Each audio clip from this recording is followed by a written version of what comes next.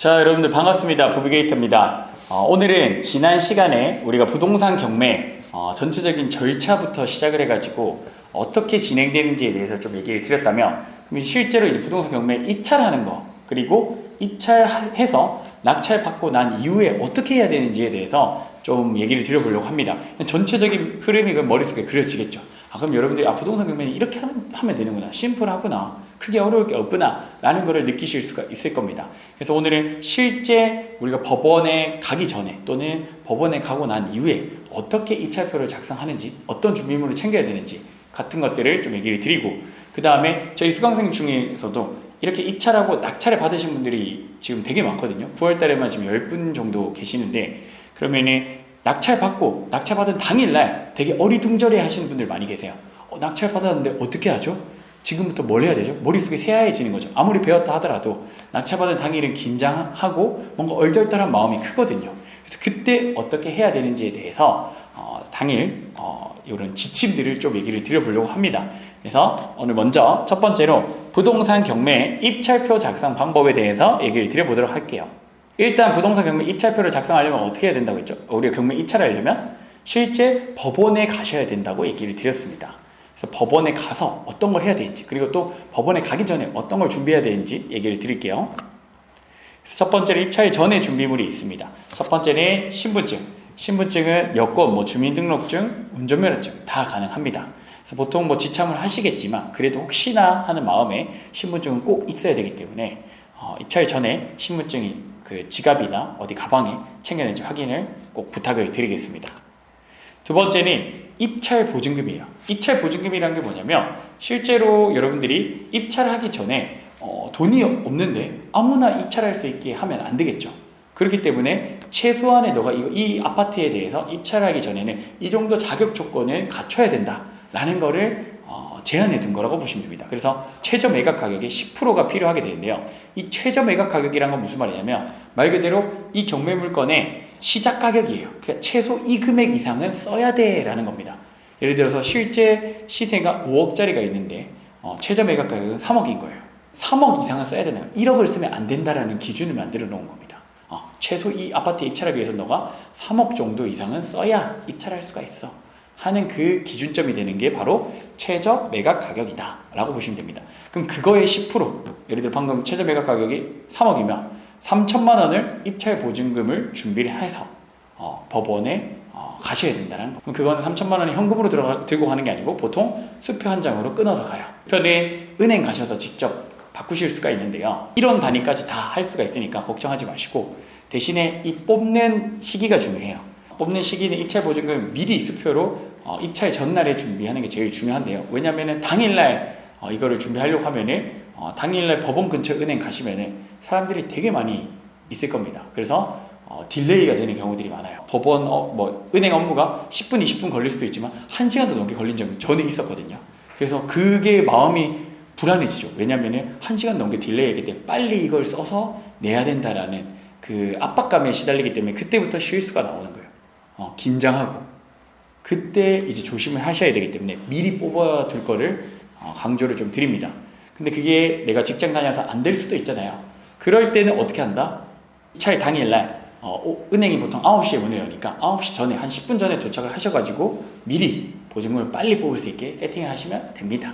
그래서 혹시나, 근데 이거는 직접 입찰할 때 얘기고요. 대리 입찰한다고 하면은 요거는 다 그 법무사님께 이체하면 법무사님이 알아서 뽑아서 진행하긴 합니다. 그래서 실제 입찰하실 분들 위주로 오늘 얘기를 드리는 거니까 참고해 주시고요. 세 번째는 도장이랑 볼펜. 그러니까 사실 도장은 막도장도 다 가능하거든요. 근데 인감도장을 제가 챙기라고 하는 이유는 뭐냐면, 나중에 여러분들이 법인 투자나 대리인 이런 걸 할 때 실제 인감도장이 필요합니다. 그때는. 근데 지금 개인이 내가 본인이 입찰할 때는 상관없긴 해요. 근데 요 습관을 좀 미리 드리라고. 나중에 이런 것들을 실수하는 것들을 봤거든요.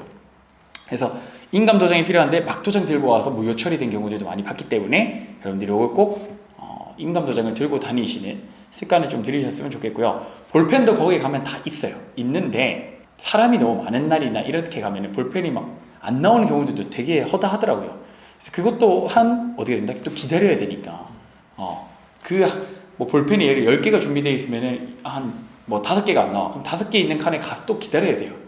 그러니까 그렇게 되면 또 초조해진다고요. 빨리 써야 되는데 기다리면서 막 입찰가 더 올릴까 말까 막 이런 고민을 하게 됩니다. 예, 그때 실수가 나온다고요. 지금 이 입찰 전에 준비물 챙기는 과정의 본질은 뭐다? 우리가 실수를 방지하기 위함이에요. 그래서 이런 것들을 좀 기본적으로 들고 가셨으면 좋겠고, 마지막으로 입찰표. 입찰표는 법원 가서 쓰는 거 아니에요? 라고 얘기를 하시겠지만 그것도 맞아요. 법원에서 제공을 하지만 입찰표만큼은 미리 준비를 할 수가 있습니다. 그래서 요거는 조금 여러분들이 미리 경매정보지 사이트 가셔가지고 작성을 하실 수가 있어요. 요거 한번 보여드리면, 예를 들어 내가 이게 서울 강북구 미아동에 있는 아파트에 입찰한다고 했을 때 이게 경매정보지 화면을 딱 키면 이렇게 나오잖아요. 이렇게 됐을 때 자, 여기 참고자료 제일 밑에 보시면은 입찰표 작성이 있어요. 입찰표 작성. 요거를 클릭해 주시면 이렇게 입찰표가 이렇게 나오죠. 그래서 요거를 뭐 이름 적고 부비게이터 전화번호 010-1234-5678 이런 식으로 적고 주민번호는 따로 그 인쇄 후에 직접 입력하는 거고, 주소 뭐 서울 어쩌고 저쩌고 적고 입찰 가격까지 이렇게 적을 수가 있습니다. 이런 식으로. 그리고 여기 체크가 다 돼요. 그래서 보증금액 입찰자랑 이런 거 미리 이거를 적으셔가지고 인쇄하시면 됩니다. 인쇄하기 여기 있죠. 인쇄하기 해서 요거는 미리 뽑아서 가시면 입찰 가격 나중에 여러분들이 실수 안 하실 수가 있다. 그거를 좀 얘기를 드리고 싶어서 얘기 드렸습니다. 그래서 요거를 입찰표는 미리 좀 준비를 해 가시자라는 거. 자, 그러면은 요거 미리 다 챙겨갔어요. 뭐 도장이랑 신분증이랑 뭐 입찰표랑 수표랑 다 챙겨갔어. 그리고 이제 실제 법원에 가서 우리가 작성할 것들이 3가지가 있는데요. 첫 번째가 입찰표, 두 번째가 보증금 봉투, 세 번째가 입찰 봉투인데, 입찰표는 우리가 미리 작성했다고 치겠습니다.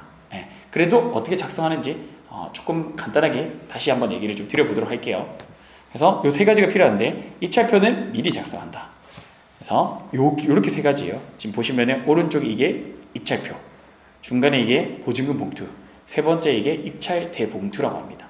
그래서 이렇게 3가지를 작성을 해서 제출을 해야만 입찰이 정상적으로 진행이 되는 거거든요. 입찰표 아까 방금 봤던 거예요. 그럼 요거는 어떻게 보면 되죠? 자, 아까 방금 그 봤던 프린터로 한번 설명을 다시 드려볼게요. 여기서 입찰표 작성 누르면 이렇게 나온다고 얘기 드렸습니다. 똑같이 입찰 기일, 날짜 적어주고요. 원래라면 사건 번호도 비어 있습니다. 사건 번호 적어주시고, 첫 번째 날짜, 사건 번호, 그 다음에 이름, 나비게이터, 전화번호 1234-5678.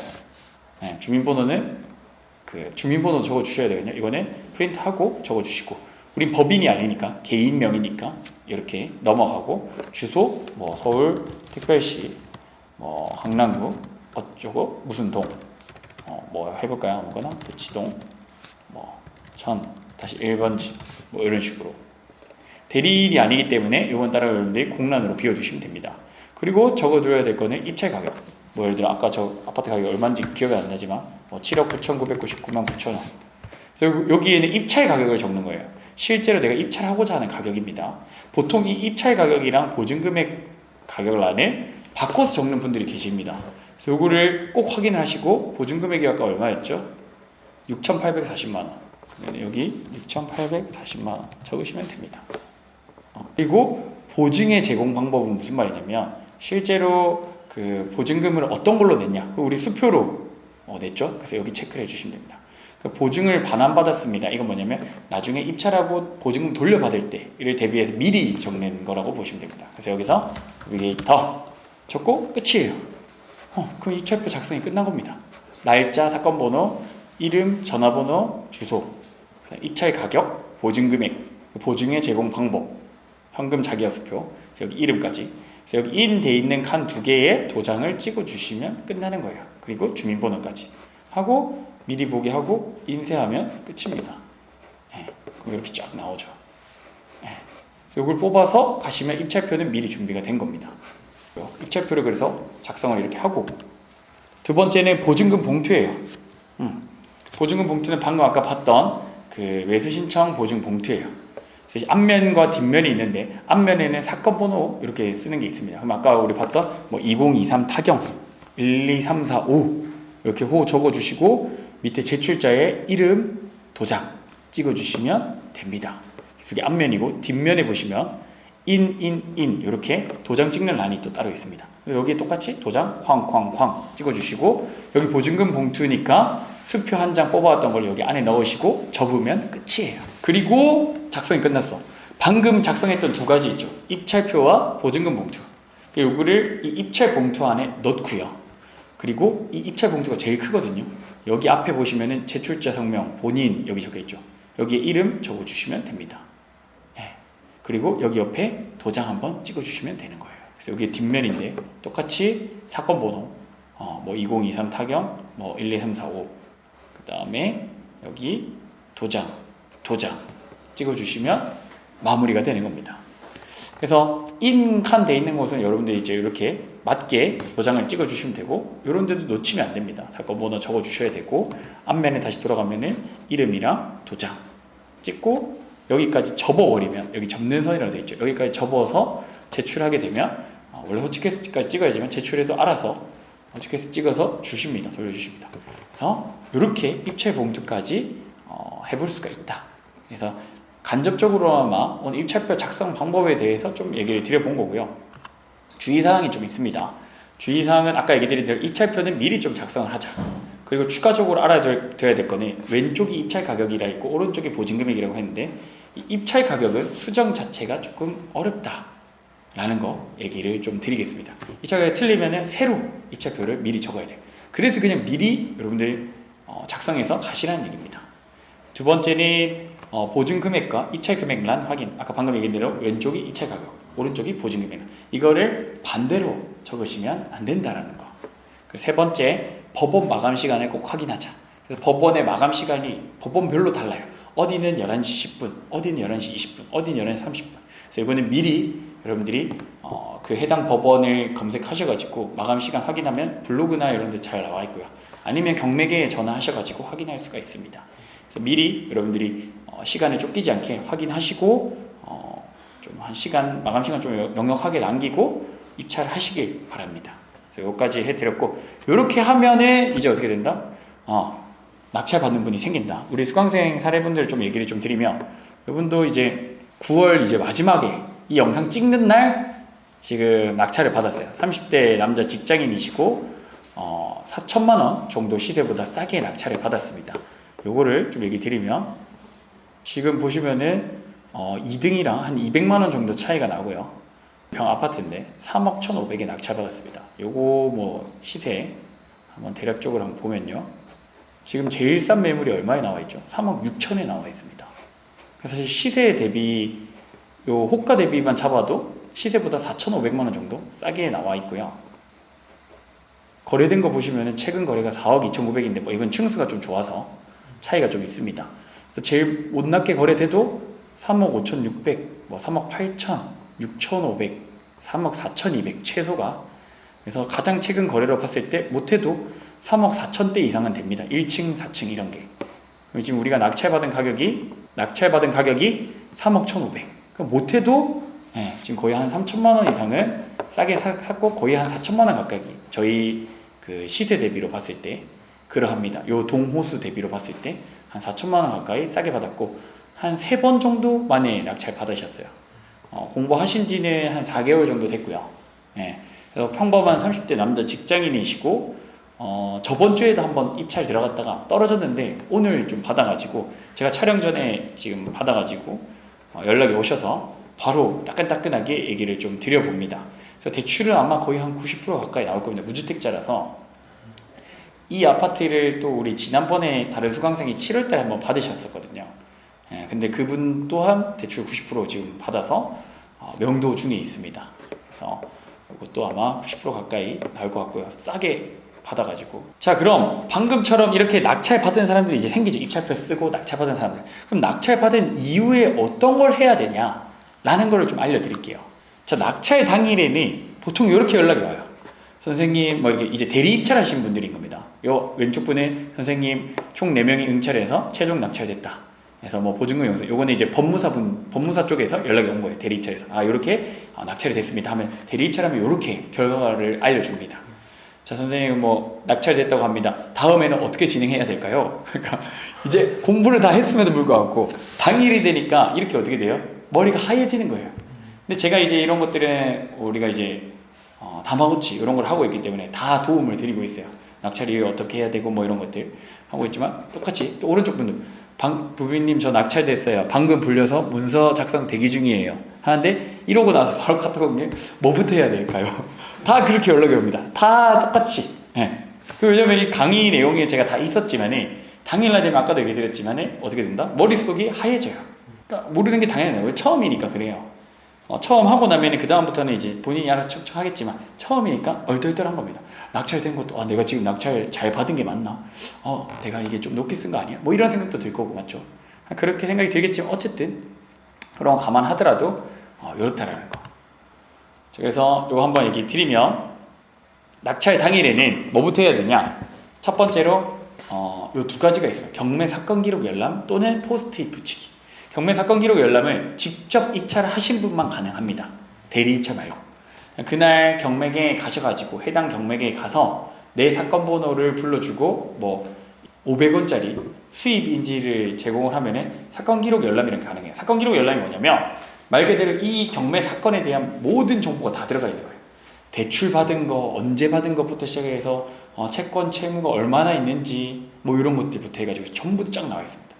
거기서 우리가 이제 알아보려고 하는 거는 이 지금 점유자의 어떤 연락처를 좀 알아내기 위해서 사건 기록을 열람을 하는 편입니다. 그래서 이 연락처를 알아내기 위함인데, 근데 이게 요즘에는 대리 입찰하시는 분들 많기 때문에 이게 바로 당일날 안 되는 경우도 있습니다. 근데 대리 입찰 아직 안 하고 직접 입찰해서 낙찰 받은 분이 있기 때문에 사건 기록 열람에서 실제 우리는 낙찰 받은 날부터 명도를 시작하는 거예요. 명도라는 거는 안에 있는 점유자를 내보내야 되는데 점유자를 내보내려면 어떻게 돼요? 연락이 닿아야 되겠죠. 그럼 연락할 번호가 있어야 되겠죠. 그렇기 때문에 사건 기록을 열람해서 그 번호를 찾는 건데, 그게 안 되면 없을 수도 있거든요. 그게 안 되면 포스트잇을 붙이는 겁니다. 그래서 우리 포스트잇은 요즘에 어플 잘 되어 있습니다. 당근, 뭐 심부름 어플 해주세요, 뭐 이런 거 어플이 있습니다. 그걸 통해서 연락처를 남기는 거죠. 이 사건 낙찰자 뭐인데요. 아래 번호로 연락 주세요. 뭐 이런 식으로. 그래서 그렇게 연락이 오게끔 하는 방법입니다. 그래서 당일날에는 이렇게 하시면 되고요. 그리고 또 당일날 해야 될 게 뭐냐면, 자, 대출 상담사 명함 받은 거. 이거는 당일날 입찰하신 분들은 많이 받았을 거예요. 한 적게는 다섯 분한테, 많게는 10분 이상. 그분들한테 연락을 돌리거나, 또는 내가 대리 입찰이야 하는 분들은 저희 카페에 가시면 대출 상담사 연락처가 쫙 있습니다. 그래서 거기에 내 지역에 맞는 상담사분들한테 연락을 쫙 돌리는 거예요. 그다음에 이 경매 낙찰받고 대출받는 거는 시중은행에서 아무 때나 다 취급을 하는 건 아니거든요. 상품이 달라요. 여러분들이 알고 있는 그 시중은행에서 대출받는 건 주택담보대출이 대부분인데, 경매는 경락잔금대출이라고 해서 상품이 좀 또 다릅니다. 경매 낙찰 잔금 대출이에요. 그래서 그거 같은 경우가 있기 때문에 그 연락처를 따로 이제 돌리셔서 내 대출 한도가 얼마 나오는지, 금리가 얼마나 저렴한지, 중도 상환 수수료를 얼마나 싸게 할 수 있는지를 전화를 쫙 돌리셔야 됩니다. 아시겠죠? 그래서 당일날 요거를 또 대출을 또 여러분이 전화를 돌려야 된다는 거, 조건을 알아야 되니까. 그래서 방금 얘기 드린 은행 조건을 같이 파악해 주시면 됩니다. 전화 돌려서 한도, 중도 상환, 금리 이걸 같이 좀 체크를 해주시면 좋을 것 같습니다. 자, 그러고 나서 낙찰한 날은 바로 그것만 하면 됩니다. 그리고 맛있는 치킨 드시면 돼요. 수고했다 하고 치킨 드시면 되고, 낙찰 받고 난 이후에는 어떻게 된다? 매각 결정 기일이라고 해서 낙찰 받고 나서 낙찰자 너 바로 이 아파트 가져도 돼, 너가 이름으로 소유권 이전해도 돼, 이게 아니고 일주일 정도 시간을 서로 딜레이를 줍니다. 왜 그러냐면 혹시나 이 경매 물건에 하자가 있는, 너무 심각한 하자가 있는지 없는지를 체크를 좀 해야 되고, 뭐 낙찰 받았는데 불에 탈 수도 있고 뭐 물이 넘쳐 흐를 수도 있잖아요. 그런 것들을 좀 유예 기간을 주자라는 의미에서 7일 정도 시간을 두고 봅니다. 또는 법원에서 실수한 게 있는지 없는지, 낙찰자가 혹시 낙찰자 지위가 안 되는데, 예를 들어 미성년자 명의로 낙찰 받았는데 뭐 이런 것들을 걸러내기 위해서 7일 정도 시간을 둔다라는 거. 그러고 나서는 사건 기록 열람이 온라인으로 또 가능해집니다. 우편이 오면은 그 우편에 이제 뭐 작업해야 될 게 있긴 하지만 사건 기록 열람이 온라인으로 가능하다. 내가 그래서 포스트잇 붙였는데 연락이 안 왔어 일주일 동안. 그런 분들은 여기 사건 기록 열람 온라인으로 하면서 번호를 알아내는 방법도 있고요. 그래서 연락을 취하는 것도 있고요. 그래서 이게 대금 지급 기한 통지서가 등기로 왔을 때 사건 기록 열람을 온라인으로 가능하다. 대금 지급 기한은 말 그대로 나머지 금액 이날까지 내세요라는 통지서입니다. 네. 그거고 그리고 내용 증명. 내용 증명 보내는 거는 심리적으로 압박용인 거죠. 이 사람한테 너 우리한테 빨리 연락해. 안 하면은 우리 뭐 강제 집행할 수도 있어. 너 이사비 한 푼도 못 받아가. 뭐 이런 식으로 또는 이자를 더 내야 돼. 나머지 손해배상 청구할 거야. 뭐 이런 심리적인 압박용입니다. 그래서 연락이 안 오거나 연락이 뜸하거나 의도적으로 피하는 것 같다 했을 때 이 내용 증명을 여러분들이 요즘에는 온라인으로 다 가능합니다. 우체국 들어가셔가지고 우체국 홈페이지 들어가셔서 내용 증명 뭐 몇천 원이면 보냅니다. 그래서 그거까지 같이 좀 진행을 해주시면 될 것 같고요. 그러고 나서는 일주일 지나고 나서 다시 이제 매각 허가 결정이라는 게 또 나고요. 그때 아까 얘기 드린 대로 내용 증명 뭐 또 계속 압박용으로 보낼 수가 있고요. 내용 증명을 계속 보내는 이유는 회사 뭐 저희 같은 경우는 이제 낙찰자 대리인이라는 컨셉으로 많이 가죠. 제3자 합법이라고 해서 실제 낙찰받은 사람은 부비게이터지만 부비게이터가 아닌 저는 대리인이고요. 부비게이터인 저는 낙찰자는 따로 있습니다. 이런 식으로 해서 협상을 하기 때문에 그렇습니다. 그래서 어떻게 하면 된다? 내용 증명은 회사에서 절차대로 계속 이행되고 있다. 혹시나 우리하고 약속을 했는데 그 약속을 어길 시에 회사에서는 바로 법적인 조치를 취한다 라는 태도를 강력하게 보여주기 위한 방법인 겁니다. 그래서 그거를 체크를 하시면 될 것 같고 잔금 납부 언제까지인지 체크해서 확정이 되겠죠. 잔금 납부 기간이 확정이 되면 대출할 은행도 확정해서 이거 이제 대출 실행하는 날짜를 은행하고 협의를 해서 진행을 하시면 됩니다. 그래서 잔금 납부 기한이 정확하게 나오면은 그때 맞춰서 은행한테 전달하고 그 은행하고 얘기해서 잔금 납부 기한 날짜까지 맞춰서 대출을 하는 걸로 이제 서류 작성하고 은행에서도 대출 한다고 해서 내가 오늘 대출한다고 해서 은행에서 대출 오늘 바로 해주는 게 아니에요. 서류도 작성하러 가셔야 되고 은행에서 심사하고 최종 심사하고 나오는 날짜까지 최소 3, 4일 영업을 기준으로 3, 4일 이상은 걸리기 때문에 최소입니다. 일주일은 최소 텀을 두고 이미 그 서류를 작성하셔야 된다는 거. 미리 요거를 좀 확인하시고 날짜를 맞춰서 작성하시면 됩니다. 그러고 나서는 뭐다?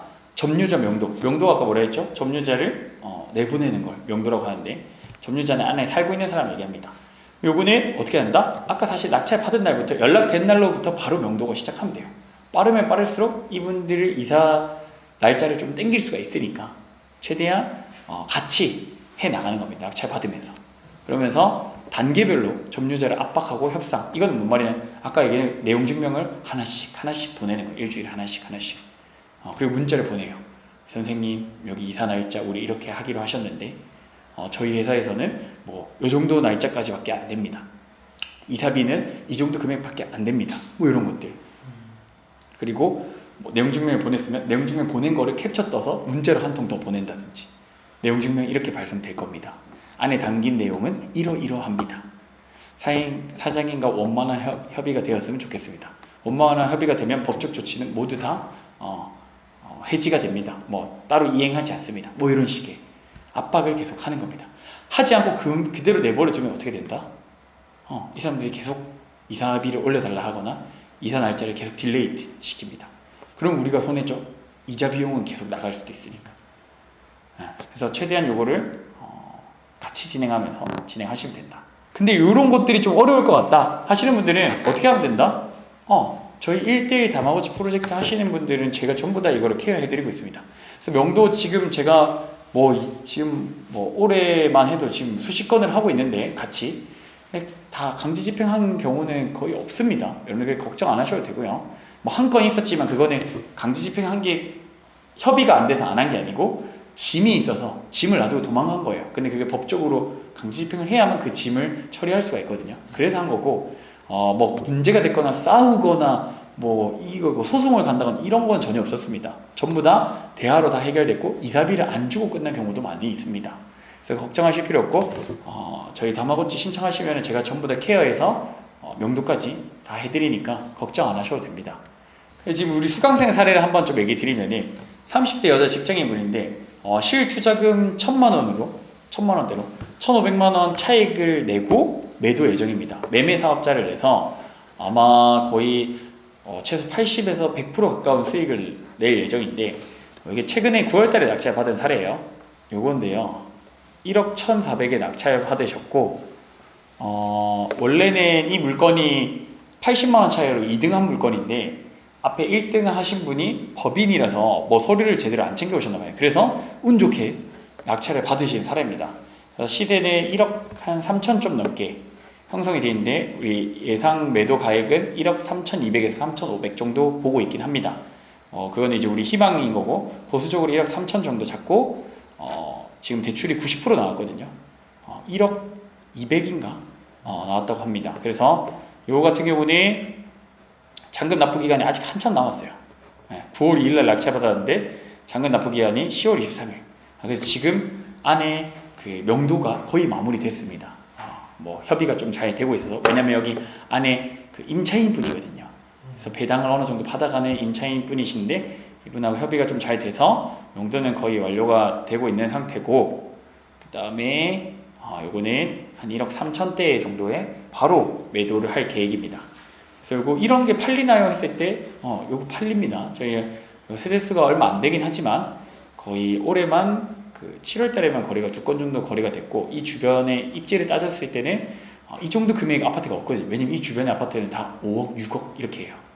24평짜리가 막 4억대, 5억대 이러니까 돈이 조금 자금이 부족한 신혼부부분들 같은 분들이 여기에 좀 수요가 있다고 합니다. 그래서 거래가 생각보다 많이 돼서 저도 놀랐어요. 그래서 어떻게 이거를 잘 찾아가지고 낙찰을 받아서 매매 사업장에서 매도하게 되면 다시 또 유튜브에 한번 얘기를 좀 드려보도록 하겠습니다. 그래서 이 물건은 이렇게 세팅받아서 적은 투자금으로도 충분히 지금 경매가 가능하다라는 걸 좀 얘기를 드리고 싶었고요. 자, 그래도 내가 아직까지 뭐 모르고 잘 모르겠다, 혼자 어떻게 해야 될지 모르겠다 하시는 분들은 1대1 오프라인 다마고치 프로젝트 계속 하고 있습니다. 지금 낙찰 받으신 분들이 거의 대부분 다마고치 하신 분들이 낙찰을 좀 받았고요. 평균적으로 낙찰 소요 기간이 한 3개월 정도 되는 것 같아요. 열심히 하신다는 가정하에. 그래서 많은 분들이 되게 지금 차익을 내고 있고 단기로 매도한 사례 앞에 다 얘기 드렸죠. 그래서 2분 정도는 이미 다 단기로 매도했고 단기로 또 매도하신 분들도 있고 장기로 가져가신 분들이 있고 이건 각자 목표에 따라서 좀 달라지는 것 같아요. 그래서 내가 경매 아무것도 모르는데 적은 투자금으로 뭐 1,000만 원, 2,000만 원, 3,000만 원 투자금으로 4,000만 원, 5,000만 원 이상 벌어보겠다. 관심이 있으신 분들은 신청해 주시면 제가 끝까지 케어해서 좋은 성과 올해 안에 낼 수 있도록 도움 드려보도록 하겠습니다. 올해가 이제 3달밖에 안 남았어요. 여러분들 3달밖에 안 남았고 이제 거의 끝나갑니다. 그래서 올해 안에 뭔가 좋은 결실을 좀 맺어보고 싶으신 분들 부동산 투자로 남들 다 돈 번다는데 나는 늦었나? 라고 생각되시는 분들은 아직 안 늦었습니다. 저와 같이 함께 하면 하실 수가 있으니까 많은 신청 부탁드리고요. 부비게이트 영상 좋아요와 구독 부탁드리겠습니다. 감사합니다.